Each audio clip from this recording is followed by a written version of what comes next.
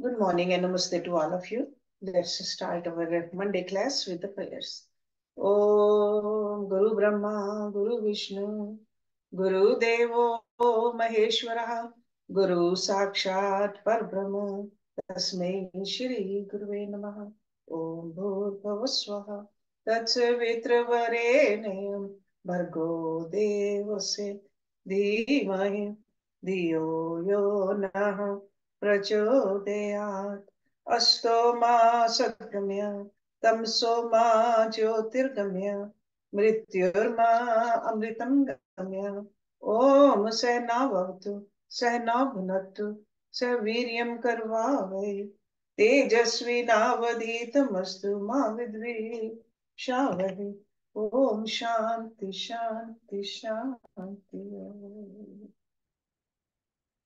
Let's open Yoga Vashishta book. We are on Sthiti Prakarana and sub number 39.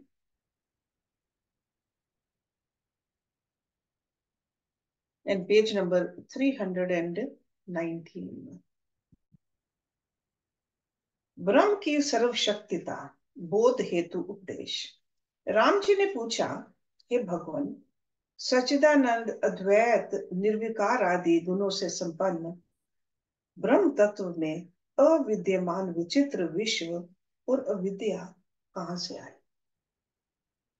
Vashishtha ji बोले, हे राजकुमार, ये संपूर्ण विश्व ब्रह्म स्वरूप है और ब्रह्म सत्ता सर्वशक्ति है।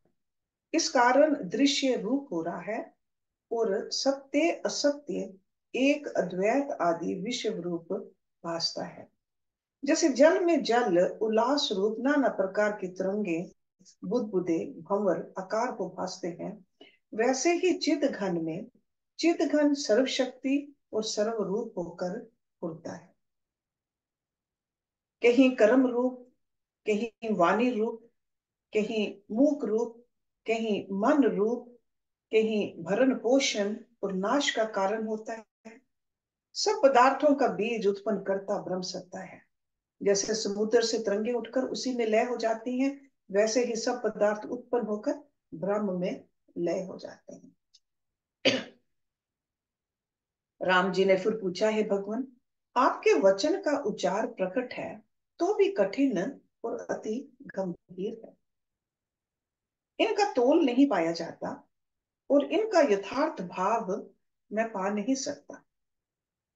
कहाँ मन से युक्त षट इंद्रियों से वृत्तियों से और सब पदार्थ की रचना से रहित स्वरूप और कहाँ विश्व।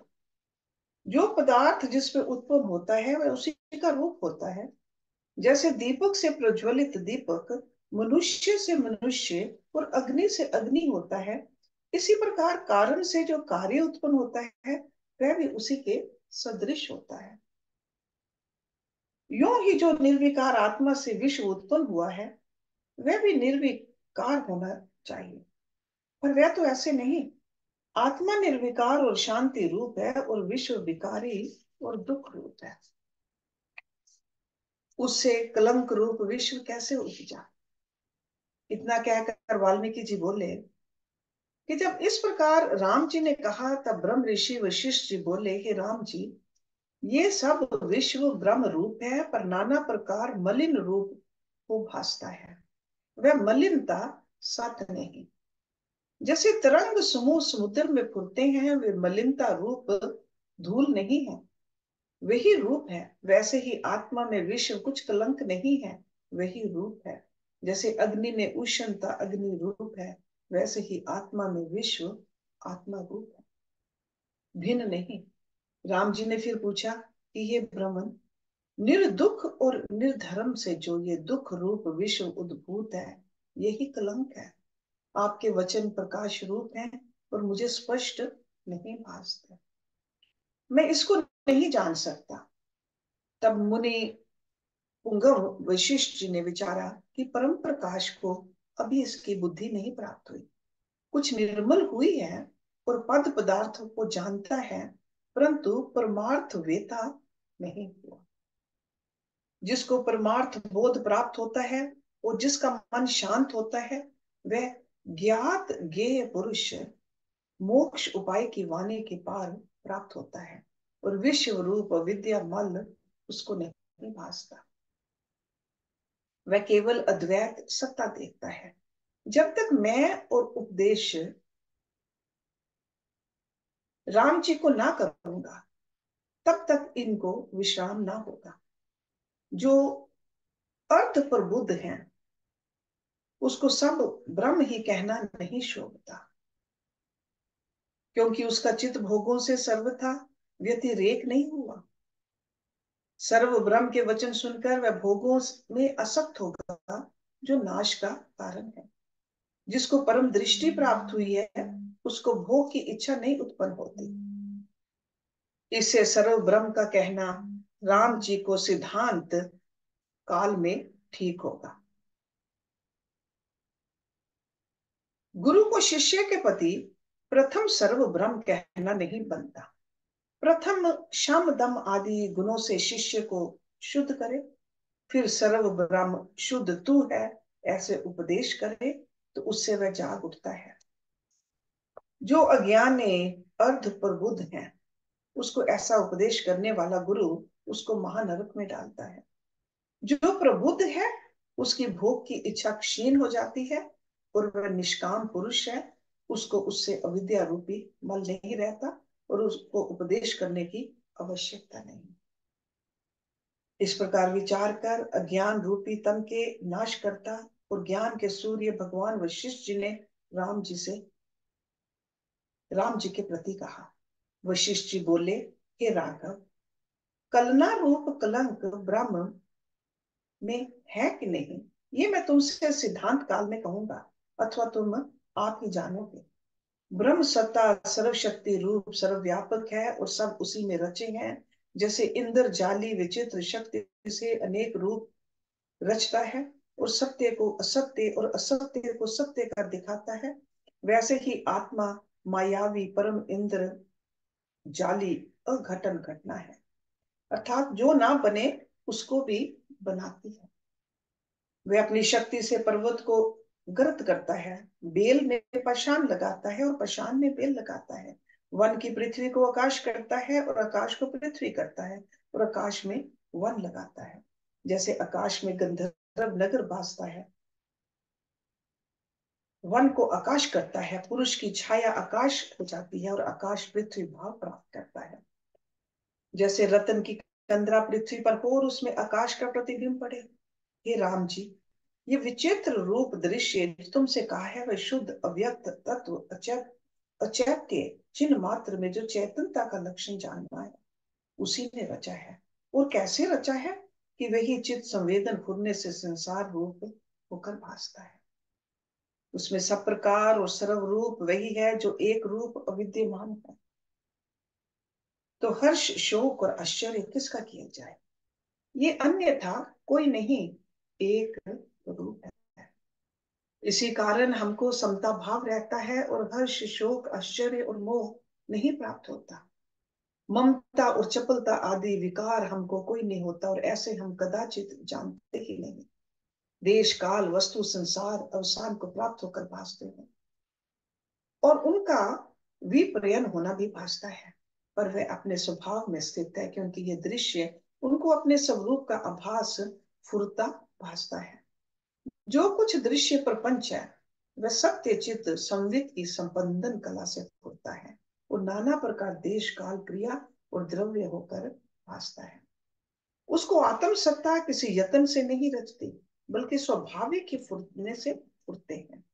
जैसे समुद्र लहरों को किसी यत्न से नहीं उठाता और लीन करता, स्वाभाविक ही चमत्कार फुरता और लीन होता है, वैसे ही आत्मा में स्वाभाविक ही सृष्टि फुरती है और लय होती है। जैसे अंबुधि और उर्मी में कुछ भेद नहीं, वैसे ही आत्मा और विश्व में कुछ भेद नहीं, वही रूप है। जैसे दूध घृत रूप है, घट पृथ्वी रूप है, और रेशम तंतु रूप है, वैसे ही विश्व आत्म रूप है। जैसे वट धान्य वृक्ष रूप होकर भासता है और समुद्र तरंग रूप होकर भासता है, वैसे ही आत्मा संसार रूप होकर भासता है। हे राम जी, इन दृष्टांतों का एक अंग लेना कारण कार्य भाव ना लेना, क्योंकि आत्मा में ना कोई करता है, ना कोई भोगता है, और ना कोई विनाश होता है। केवल आत्म तत्व साक्षी, निराम्य और अद्भुत अपने आप स्वभाव सत्ता में स्थित है। ये विश्व आत्मा का प्रकाश है, जैसे दीपक और सूर्य का प्रकाश। जैसे पुष्प का स्वभाव सुगंध है, वैसे ही आत्मा का स्वभाव विश्व है, किसी कारण कार्य से नहीं होता। विश्व आत्मा का स्वभाव आभास रूप है और आत्मा से कुछ भिन्न नहीं हुआ। जैसे पवन का स्वभाव स्पंदन रूप है और जब निस्पंद होता है तब नहीं भासता, वैसे ही आत्मा में संवेदन फुरता है तब विश्व भासता है, और जब लय होता है तब विश्व नहीं भासता। विश्व कुछ नहीं है, ना सत्य है और ना असत्य। कहीं प्रकट भासता है, कहीं अप्रकट भासता है, और नाना प्रकार का विचित्र रूप भासता है। जैसे वन में पुष्प का रस होता है, पर उनके उत्पन्न होने और नष्ट होने से न वन उपजता है और न नष्ट होता है, वैसे ही आत्म सत्ता विश्व के उत्पन्न होने और नष्ट होने से रहित है। वास्तव में उत्पन्न कुछ नहीं, इससे आत्मा ही अपने आप में स्थित है, पर असम्यक ज्ञान से विश्व भासता है और अनंत शाखाओं से फैल रहा है। इसलिए इसको ज्ञान रूपी कुठार से काटो, तब सुखी रहो। विश्व रूपी वृक्ष का असम्यक ज्ञान बीज है, शुभ अशुभ रूपी फूल है, और आकाश रूप में वलरी से वेष्टित है। दुख रूपनी उसकी शाखाएं हैं, भोग और जरा रूपी फल हैं, और तृष्णा रूप में लता से घिरे हुए भासते हैं। ऐसे संसार रूपी वृक्ष को आत्म विवेक रूपी कुठार से यत्न करके काट कर मुक्त हो। जैसे गजवर अपने बल से बंधन तोड़कर सुख चित विचरता है, वैसे ही तुम भी निर्बंध होकर विचरो। जीवों की उत्पत्ति और ब्रह्म भाव का प्रतिपादन। राम जी ने पूछा, है भगवान, ये जो जीव हैं वे ब्रह्म से कैसे उत्पन्न हुए और कितने हुए हैं, मुझसे विस्तार पूर्वक कहिए। वशिष्ठ जी बोले, हे महाबाहु, जैसे विचित्रता से ये उत्पन्न होते, बढ़ते और नष्ट होते हैं, वह क्रम सुना। हे निष्पाप राम, शुद्ध ब्रह्म तत्व की वृत्ति जो चेतन शक्ति है वह निर्मल है। जब वह सुफुरन रूप होती है तब कलना रूप घन भाव को प्राप्त होती और संकल्प रूप धारण करती है, और फिर तन्मय होकर मन रूप होती है। ये मन संकल्प मात्र से विश्व को रचता है और विस्तार भाव को प्राप्त करता है। जैसे गंधर्व नगर विस्तार को प्राप्त होता है, वैसे ही मन से विश्व का विस्तार होता है। ब्रह्म दृष्टि को त्याग कर जो विश्व रचता है वह सब आत्म सत्ता का चमत्कार है। हमें तो सब आकाश रूप भासता है, पर अदूरदर्शी को विश्व भासता है। जैसे चित्त संवित में संकल्प होता है, वैसा ही रूप होता है।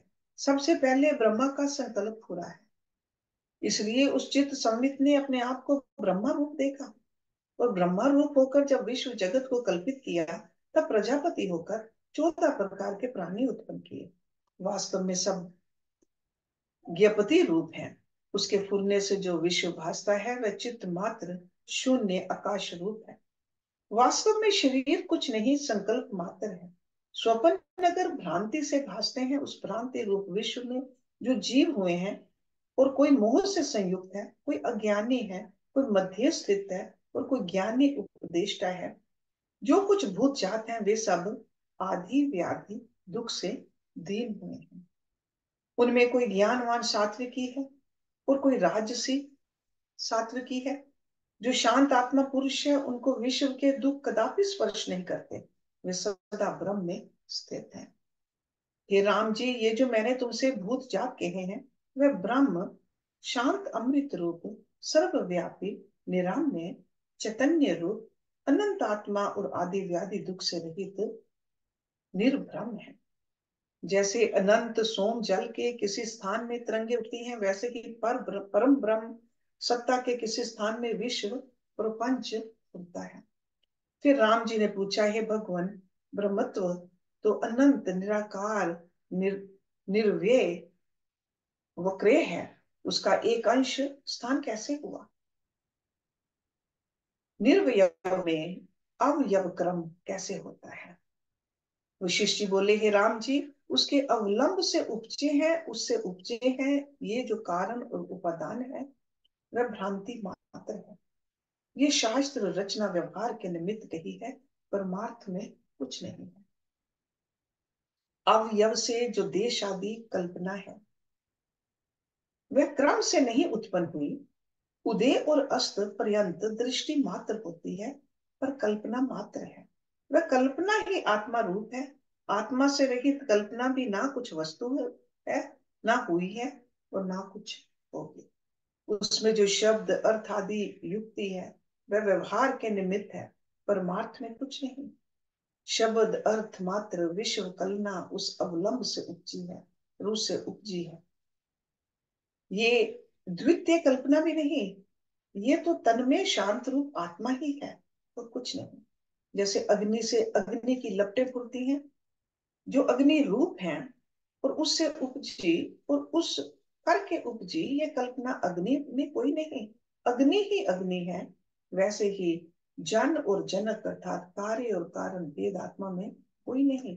कोई कारण भाव कल्पना मात्र है। जहां अधिकता और न्यूनता होती है वहां कारण कार्य भाव होता है। ये अधिक कारण है और वह कार्य है। भिन्न भिन्न कारण कार्य भाव बनता भी है, और जहाँ भेद होता है वहां भेद कल्पना भी हो। पर एक अद्वैत में शब्द कैसे हो और शब्द का अर्थ कैसे हो? जैसे अग्नि और अग्नि की लपट में भेद नहीं होता, वैसे ही कारण कार्य भाव आत्मा में कोई नहीं। शब्द अर्थ कल्पना मात्र है। जहां प्रतियोगी व्यवच्छेद और संख्या भ्रम होता है वहां द्वैत और नानत्व होता है। जैसे चेतन का प्रतियोगी जड़ और जड़ का प्रतियोगी चेतन है। परिच्छिन्न वह है जैसे घट में आकाश होता है, और संख्या ये है कि जैसे जीव और ईश्वर। ये शब्द अर्थ द्वैत कल्पना में होते हैं, और जहाँ एक अद्वैत आत्मा ही है वह शब्द अर्थ कोई नहीं। जैसे समुद्र में तिरंगे और बुलबुले सब ही जल हैं और जल से कुछ भिन्न नहीं, वैसे ही शब्द और अर्थ कल्पना वास्तव में ब्रह्म है। जो बोधवान पुरुष हैं उनको सब ब्रह्म ही भासता है। चित्त भी ब्रह्म है, मन भी ब्रह्म है, और ज्ञान शब्द अर्थ ब्रह्म ही है। ब्रह्म से कुछ भिन्न नहीं, और उससे जो भिन्न भासता है वह मिथ्या ज्ञान है।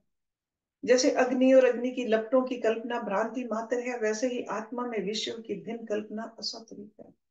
जो ज्ञान से रहित है उसको दृष्टि दोष से सत्य हो भासता है। इससे सर्व ब्रह्म है, ब्रह्मा से भिन्न कुछ नहीं। निश्चय करके परमार्थ ब्रह्म से सब ब्रह्म ही है। सिद्धांत काल में तुमको यही दृष्टि उत्पन्न होगी। ये जो सिद्धांत पिंजर मैंने तुमसे कहा है उस पर उदाहरण कहूंगा। ये क्रम अविद्या का कुछ भी नहीं, अज्ञान का नाश होने से असत जानोगे। जैसे तम से रस्सी में सांप भासता है, जब प्रकाश उदित होता है तब जैसे का तैसा भासता है। सांप और सर्प ब्रह्म नष्ट हो जाता है, वैसे ही अज्ञान दृष्टि से विश्व भासता है। जब शुद्ध विचार से भ्रांति नष्ट होगी तब निर्मल प्रकाश सत्ता तुमको भासेगी। इसमें संशय नहीं, ये निश्चित है। सो शुद्ध विचार, so again and again he keeps telling us to make your mind clean, मलिनता दूर करनी। अविद्या सभी विकारों की मूल। राम जी ने पूछा, है भगवान, आपके ये वचन कशीर समुद्र के तरंगों की भांति उज्जवल, तीनों तापों के नाश करता, हृदय के मल के दूर करने को निर्मल रूप और अज्ञान रूपी तम के नाश करता प्रकाश रूप और गंभीर है। मैं उनकी तोल नहीं पा सकता। एक क्षण में मैं संशय से अंधकार को प्राप्त होता हूँ और एक क्षण में निसंशय रूप प्रकाश को प्राप्त होता हूँ। जैसे चपल रूप मेघ से सूर्य का प्रकाश कभी भासता और कभी घिर जाता है। इससे मेरा संशय दूर करिए कि अप्रमेय रूप आत्मानंद सत्ता प्रकाश रूप और असत्य भाव से रहित सार रूप है, तो उस अद्वैत तत्व में कल्पना कहां से आई? वशिष्ठ जी बोले, हे राम जी, जो कुछ मैंने तुमसे कहा है वह यथार्थ है, और जैसे कहा है वैसे ही है। ये वचन असमर्थ में नहीं, क्योंकि जिसके हृदय में ठहरे उसको आत्म पद में प्राप्त करें। वे रूप भी नहीं है, क्योंकि इनका रूप फल रूप प्रकट है। जिसके धारण से संसार के सब दुख मिट जाते हैं, और पूर्वापर विरोध भी इनमें नहीं है कि प्रथम कुछ कहा और पीछे कुछ कहा। जो कुछ मैंने कहा है वह यथार्थ कहा है, परंतु ज्ञान दृष्टि से जब तुम्हारा हृदय निर्मल होगा और विस्तृत बोध सत्ता हृदय में प्रकाशेगी, तब तुम मेरे वचनों के तात्पर्य को हृदय में ठीक जानेंगे। तुमको जो मैं उपदेश करता हूँ वह वाचक शास्त्र के संबंध जताने के निमित्त करता हूँ। जब इन युक्त वचनों से तुम जानोगे, तब तुम्हें अद्वैत सत्ता निर्मल भासेगी, और जो कुछ वाचक शब्द अर्थ रचना है उसका त्याग करोगे। ज्ञानवान को सदा परमार्थ अद्वैत सत्ता भासती है। आत्मा में इच्छा आदि कल्पना कुछ नहीं, निर्दुख निर्द्वंद है और जगत रूप होकर स्थित हुआ है। इस प्रकार मैं तुमको विचित्र युक्ति से कहूंगा, जब तक सिद्धांत उपदेश की आवश्यकता है तब तक आत्म सत्ता नहीं प्रकाशती। जब आत्म बोध होगा तब आप ही जाने। So that means this is something we got to realize ourselves. Nobody can make us understand. So that's why sadhana is needed to clean ourselves. अज्ञान रूपी तम वाक विस्तार बिना शांत नहीं होता। इस कारण मैं तुमको अनेक युक्तियों से कहूंगा, जब तक सिद्धांत उपदेश का अवकाश है। हे राम जी, शुद्ध आत्म सत्ता के आश्रय में जो संवेदना भास फुरता है, उसी का नाम अविद्या है। वे दो रूप रखती है, एक उत्तम और दूसरा मलिन। जो स्पंदन कला अविद्या के नाशार्थ प्रवर्तती है वह उत्तम है, और विद्या भी उसी का नाम है और सब दुख नाश करती है। और जो संसार की ओर फुरती है वह अविद्या है, अर्थात आत्मा की ओर फुरती है वह विद्या है, और दृश्य की ओर जो फुरती है वह अविद्या है। पर दोनों स्पंदन रूप हैं, इससे अविद्या का नाश करो। जैसे ब्रह्म अस्त्र से ब्रह्म अस्त्र शांत होता है, विष को विष नाश करता है, शत्रु को शत्रु मारता है, वैसे ही विद्या से अविद्या नष्ट होती है। इसी प्रकार तुम भी इसको नष्ट करो, तब सुखी होगे।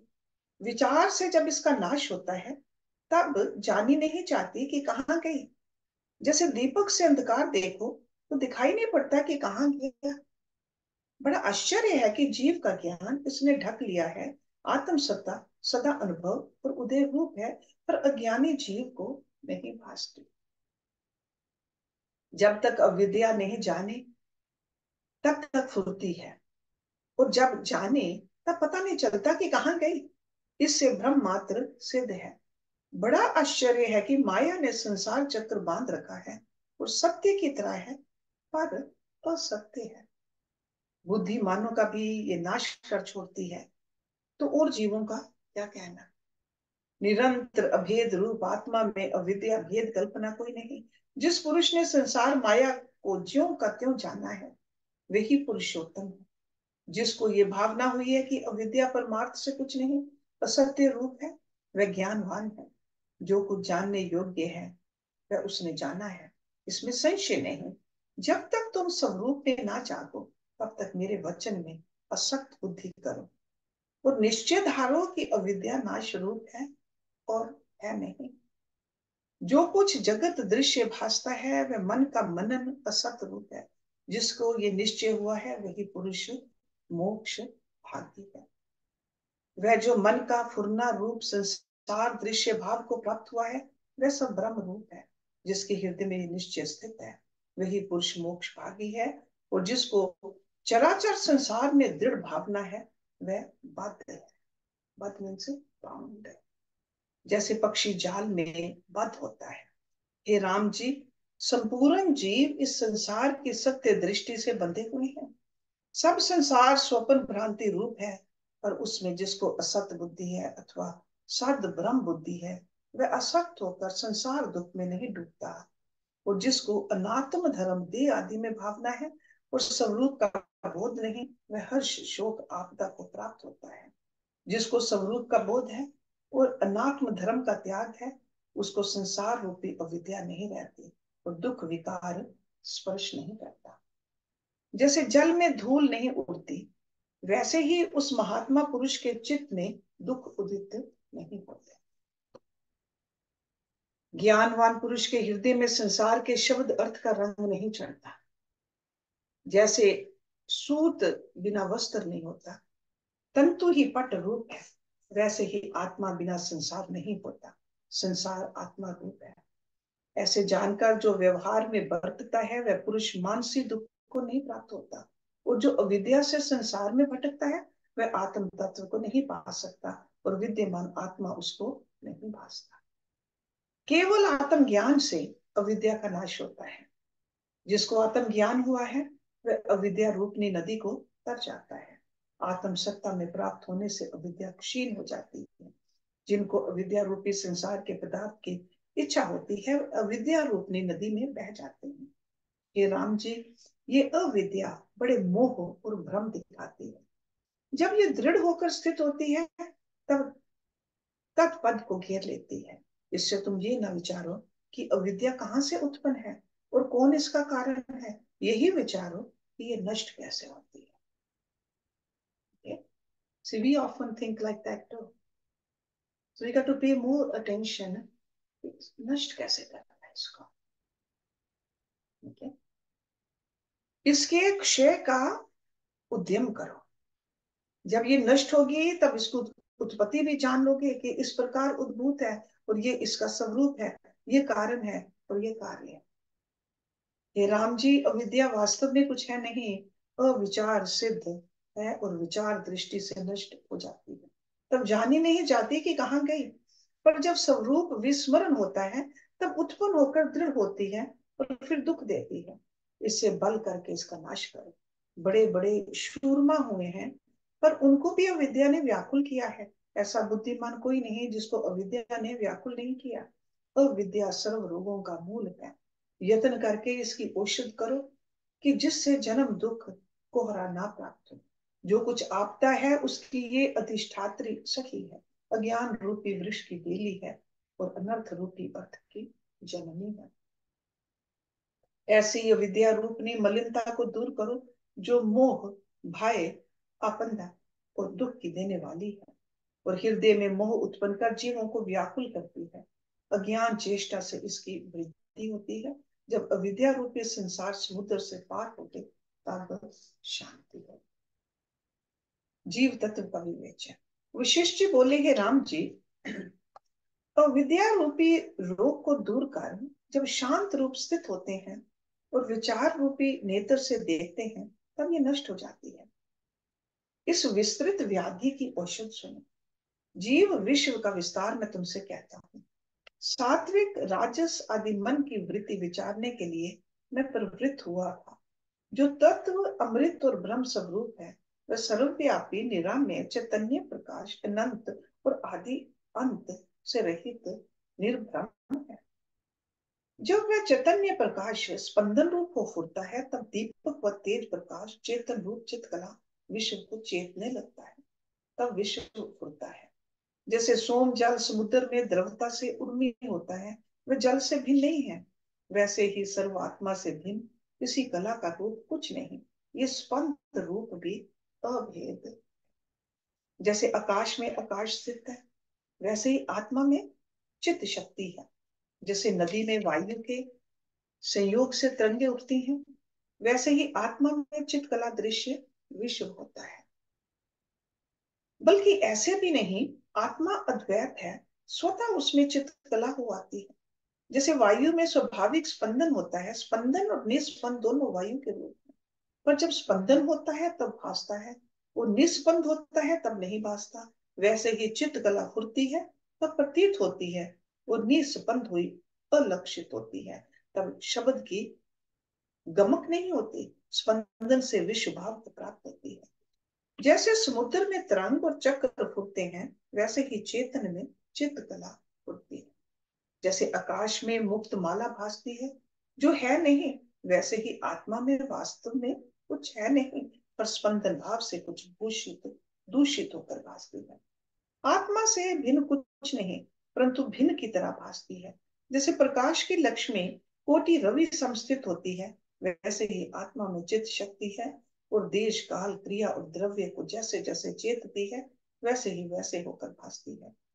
फिर नाम संज्ञा होती है और अपने स्वरूप को विस्मरण करके दृश्य से तन्मय होती है, तो भी स्वरूप से भिन्न नहीं होती, परंतु भिन्न की तरह भावना होती है। जैसे समुद्र से लहर और स्वर्ण से भूषण भिन्न नहीं, वैसे ही आत्मा से चित्त शक्ति भिन्न नहीं, परंतु अपने अनंत स्वभाव को विस्मरण करके देश काल क्रिया द्रव्य को मानती है। संकल्प के धारने से कल्पना भाव को प्राप्त होती है, और विकल्प कल्पना से क्षत्र के रूप होती है। शरीर का नाम क्षेत्र है, और शरीर को भीतर बाहर जानने से क्षेत्रज्ञ नाम होता है। वह क्षेत्रज्ञ चित्त कला अहम भाव की वासना करती है, और उस अहंकार से आत्मा से भिन्न रूप भासती है, धारती है, और फिर अहंकार में निश्चय कलना होती है, उसका नाम बुद्धि होता है। अहम भाव से जब निश्चय संकल्प कलना होती है, उसका नाम मन होता है। वही चित्त कला मन भाव को प्राप्त होती है। जब मन में घन विकल्प उठते हैं, तब शब्द स्पर्श रूप रस गंध की भावना से इंद्रियां फुराती हैं, और फिर हस्त पद प्राण संयुक्त देह भास आती है। इस प्रकार विश्व से देह को पाकर जीव जन्म मृत्यु को प्राप्त होता है, वासना में बंधा हुआ दुख के समूह को पाता है, कर्म से चिंता में दीन रहता है, और जैसे कर्म करता है वैसे ही आकार धारता है। जैसे समय पाकर फल परिपक्वता को प्राप्त होता है, वैसे ही स्वरूप परमार्थ से जीव दृश्य भाव को प्राप्त होता है, अपने आप को कारण कार्य मानकर अहम भाव को प्राप्त होता है, निश्चय वृत्ति से बुद्धि भाव को प्राप्त होता है, और संकल्प संयुक्त मन भाव को प्राप्त होता है। वही मन तब देह और इंद्रिय रूप होकर स्थित होता है, और अपना अनंत रूप भूल जाता है, और परिच्छिन्न भाव को ग्रहण करके प्रतियोग और व्यवच्छेद भाव भासता है, और तभी इच्छा मोह आदि शक्ति को प्राप्त होता है। जैसे सागर में नदियां प्रवेश करती हैं, वैसे ही सब आपदा और दुख आप प्राप्त होते हैं। इस प्रकार अहंकार अपनी रचना से आप ही बंधता है, जैसे कुसवारी अपने स्थान को रचकर उसमें आप ही बंधना है। बड़ा खेद है कि मन आप ही संकल्प से दृश्य को रचता है, और फिर उसे देह में आस्था करता है, जिससे आप ही दुखी होता है, भीतर से तपता रहता है, और आपको बंध कर संसार वन में अविद्या रूपनी आशा को लेकर फिरता है। अपनी ही संकल्प कलना से तन मात्रा उद्देय हुई है, और उसमें अहम प्रतीति होती है। जैसे जल में तरंगे होती हैं, वैसे ही देह आदि उदित हुए हैं, और उसे बंधा हुआ जीव दुखित होता है। जैसे सिंह जंजीर से बांधा जाए, एक स्वरूप है, वही फुरने के वश से नाना भाव को प्राप्त हुआ है। कहीं मन, कहीं बुद्धि, कहीं अहंकार, कहीं ज्ञान, कहीं क्रिया, कहीं पुर्यष्ट, कहीं प्रकृति, कहीं माया, कहीं कर्म, कहीं विद्या, कहीं अविद्या, और कहीं इच्छा का खाता है। हे राम जी, इसी प्रकार जीव अपने चित्त से ब्रह्म को प्राप्त हुआ है, और तृष्णा रूपी शोक रोग से दुख पाता है। तुम यत्न करके इससे तरो। जरा मरण आदि विचार और संसार की भावना ही जीव को नष्ट करती है। ये भला है, ग्रहण कीजिए, ये बुरा है, त्याग करने योग्य है।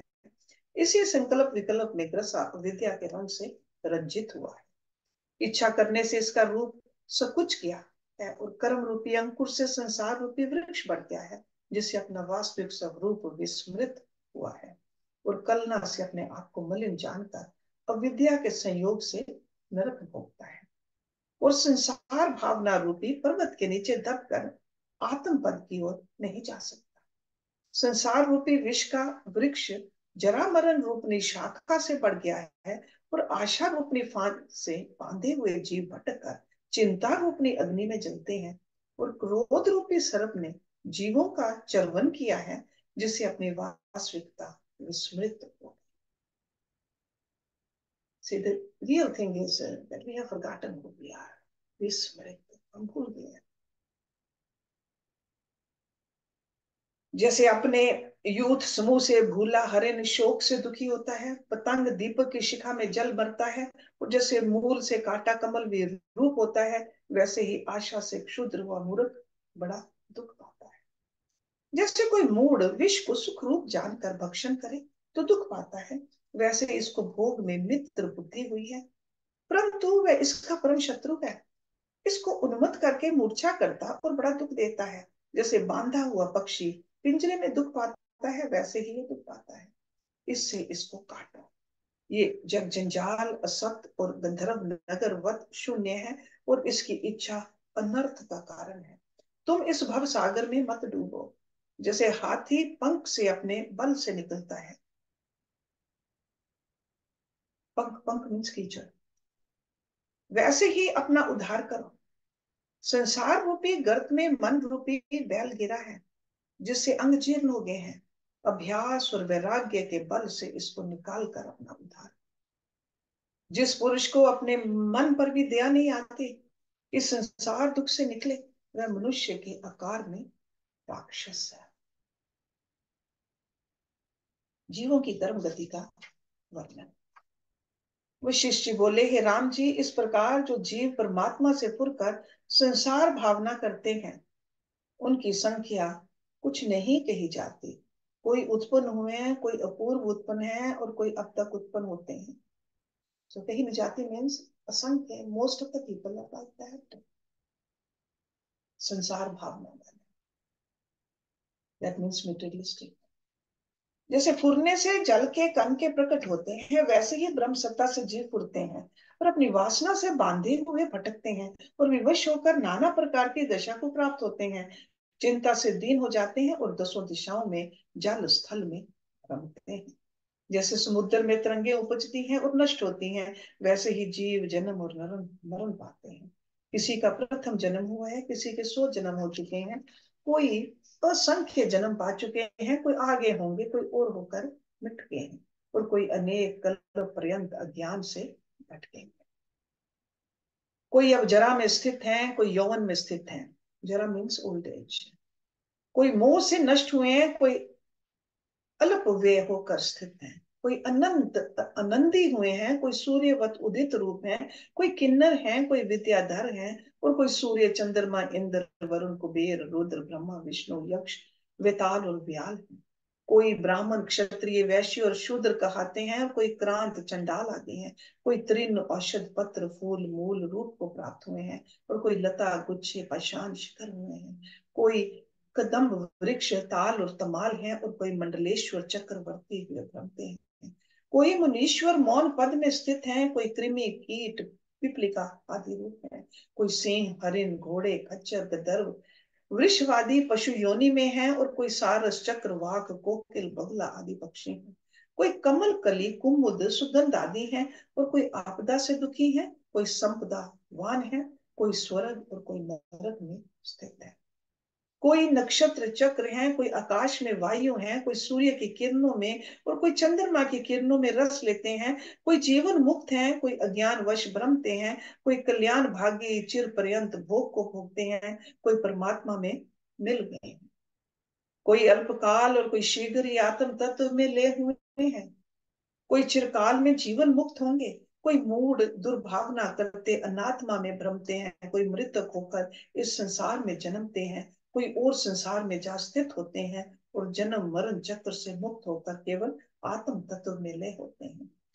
कोई मंदराचल सुमेरु आदि पर्वत होकर स्थित होते हैं, कोई क्षीर समुद्र घृत समुद्र इक्षुरस जल आदि के सागर हुए हैं, कोई नदियां तालाब वापिका आदि हुए हैं, कोई स्त्रियां कोई पुरुष कोई नपुंसक हुए हैं, कोई मूढ़ कोई प्रबुद्ध कोई अत्यंत मूढ़ हुए हैं, कोई ज्ञानी कोई अज्ञानी, कोई विषय तप्त कोई समाधिस्थ है। इसी प्रकार जीव अपनी वासना से बंधे हुए भ्रमते हैं, और संसार भावना से जगत में कभी नीचे और कभी ऊंचे जाकर काम क्रोध आदि दुख की पीड़ा पाते हैं। वे कर्म और आशा रूपनी फांसी से बांधे हुए हैं, और अनेक देह को उठाए फिरते हैं। जैसे भारवाही भार को उठाते हैं, वैसे कोई मनुष्य शरीर से फिर मनुष्य शरीर को धारते हैं। कोई वृक्ष से वृक्ष होते हैं, कोई और से और शरीर धारते हैं। इसी प्रकार आत्म रूप को भुलाकर जो देह से मिले हुए वासना रूप कर्म करते हैं, वे उनके अनुसार अधः उधर्व भ्रमते हैं। जिनको आत्मबोध हुआ है, वे पुरुष कल्याण रूप हैं, और सब दुखी माया रूप संसार में मोहित हुए हैं। ये संसार रचना इंद्र जाल की तरह है। जब तक जीव अपने अनंत स्वरूप को नहीं पाता, वो साक्षात्कार नहीं होता। तब तक भाव भ्रम में भ्रमता है। और जिस पुरुष ने अपने स्वरूप को जाना है वह जीवों की भांति त्याग नहीं किया और बारंबार संसार के पदार्थों से रहित आत्मा की ओर भागता है, वह समय पाकर आत्म पद को प्राप्त होगा और फिर जन्म ना पाएगा। कोई जीव अनेक जन्म भोग कर ज्ञान अथवा तप से ब्रह्मा के लोक को प्राप्त होते हैं, तब परम पद पाते हैं। कोई सहस्र जन्म भोग भोग कर फिर जगत में जन्म प्राप्त करते हैं। कोई बुद्धिमान विवेक को भी प्राप्त होते हैं और फिर जगत में गिरते हैं, अर्थात मोक्ष ज्ञान को पाकर फिर संसारी होते हैं। कोई इंद्र पद पाकर तुच्छ बुद्धि से फिर त्रियक पशु योनि पाते हैं और फिर मनुष्य शरीर धारते हैं। कोई महाबुद्धिमान ब्रह्म पद से उत्पन्न होकर उसी जन्म में ब्रह्म पद को प्राप्त होते हैं। कोई बहु जन्मों में और कोई अल्प जन्मों में प्राप्त होते हैं। कोई एक जन्म से और ब्रह्मांड को प्राप्त होते हैं। कोई इसी में देवता से पशु जन्म पाते हैं, कोई पशु से देवता हो जाते हैं और कोई नाग हो जाते हैं। निदान जैसी जैसी वासना होती है वैसा वैसा ही रूप हो जाता है। जैसे ये जगत विस्तार रूप है वैसे ही अनेक जगत है। कोई समान रूप है, कोई विलक्षण आकार है, कोई हुए हैं कोई होंगे। विचित्र रूप सृष्टि उत्पन्न होती और मिटती है और कोई गंधर्व भाव, कोई यक्ष देवता आदि भाव को प्राप्त नहीं है। जैसे जीव इस जगत में व्यवहार करते हैं वैसे ही और जगतों में भी व्यवहार करते हैं, पर आकार विलक्षण है और अपने स्वभाव के वश हुए जन्म मरण पाते हैं। जैसे सागर से तरंगे उपजती हैं और मिट जाती हैं, वैसे ही सृष्टि की प्रवृत्ति उत्पत्ति और लय होती है। जब संवित संबंधन होते हैं तब उपजते हैं और जब निस्पंद होते हैं तब लय हो जाते हैं। जैसे दीपक का प्रकाश लय होता है, सूर्य से किरणें निकलती हैं, तप्त लोहे और अग्नि से चिंगारियां निकलती हैं, काल में ऋतुएं निकलती हैं, पुष्प से सुगंध प्रकट होती है और सागर से लहरें उठती हैं और फिर लय होती हैं। वैसे ही आत्म सत्ता से जीव उपजते हैं और लय होते हैं। जितने जीव हैं वे सब समय पाकर अपने पद में लय होंगे और स्वरूप में इनका उद्भव स्थिति बंधन नाश होना मिथ्या है। त्रिलोकी रूप महामाया के मुंह से जीव उत्पन्न होते और समुद्र की लहरों की तरह नष्ट होते हैं। जीव का देह रूप ग्रहण, we'll read that. We'll start next week's class from there. ओम पूर्णमदा पूर्णमिदं पूर्णात् पूर्णमुदच्यते पूर्णस्य पूर्णमदाय पूर्णमेवावशिष्यते। ओम शांति शांति शांति।